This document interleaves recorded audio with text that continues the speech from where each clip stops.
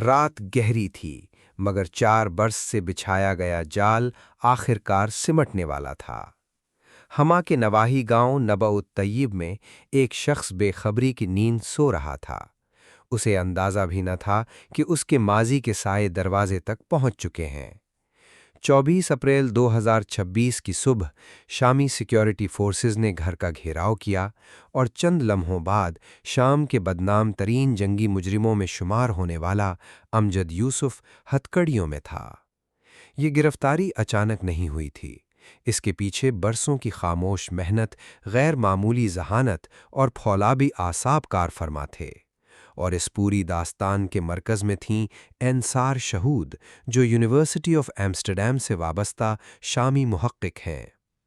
امجد یوسف وہ شخص تھا جس کا نام 16 اپریل 2013 کو دمشق کے علاقے تدامن میں ہونے والے ہولناک قتل عام سے جڑا ہے۔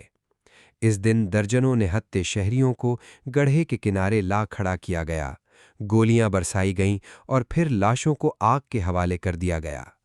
بعد کی تحقیقات نے انکشاف کیا کہ صرف اسی مقام پر 288 افراد اسی سفاقی سے قتل کیے گئے تھے، مگر قاتل کو یہ معلوم نہ تھا کہ کہیں دور ایک خاتون اس کے لیے خاموشی سے شکنجہ تیار کر رہی تھی۔ انصار شہود نے آنا کے نام سے نئی شناخت اختیار کی، ایک نوجوان علوی خاتون، بظاہر حکومت کی حامی۔ آہستہ آہستہ وہ ان حلقوں تک پہنچ گئیں جہاں عام رسائی ناممکن سمجھی جاتی تھی۔ پھر وہ لمحہ آیا جس کا برسوں سے انتظار تھا۔ امجد یوسف نے بولنا شروع کیا، پہلے محتاط انداز میں، پھر فخر سے، اور آخرکار بے احتیاطی سے۔ اس نے وہ راز اگل دیے جو برسوں سے دفن تھے، آڈیو ریکارڈنگز، ویڈیوز اور ایسے اعترافات جنہوں نے اس کے انجام پر مہر ثبت کر دی۔ اپنے ساتھی اغر انگر کے ساتھ انصار نے 27 ویڈیوز کا تجزیہ کیا۔ 2022 میں جب یہ شواہد منظر عام پر آئے تو دنیا سکتے میں رہ گئی، لیکن اصل شکار ابھی باقی تھا۔ امجد یوسف روپوش ہو گیا، اسے یقین تھا کہ وقت اس کے جرائم کو دھندلا دے گا، مگر انصاف کی یادداشت بہت طویل ہوتی ہے۔ مہینوں کی نگرانی کے بعد بالآخر وہ صبح آ پہنچی جب دروازے پر دستک نہیں، فیصلہ آیا۔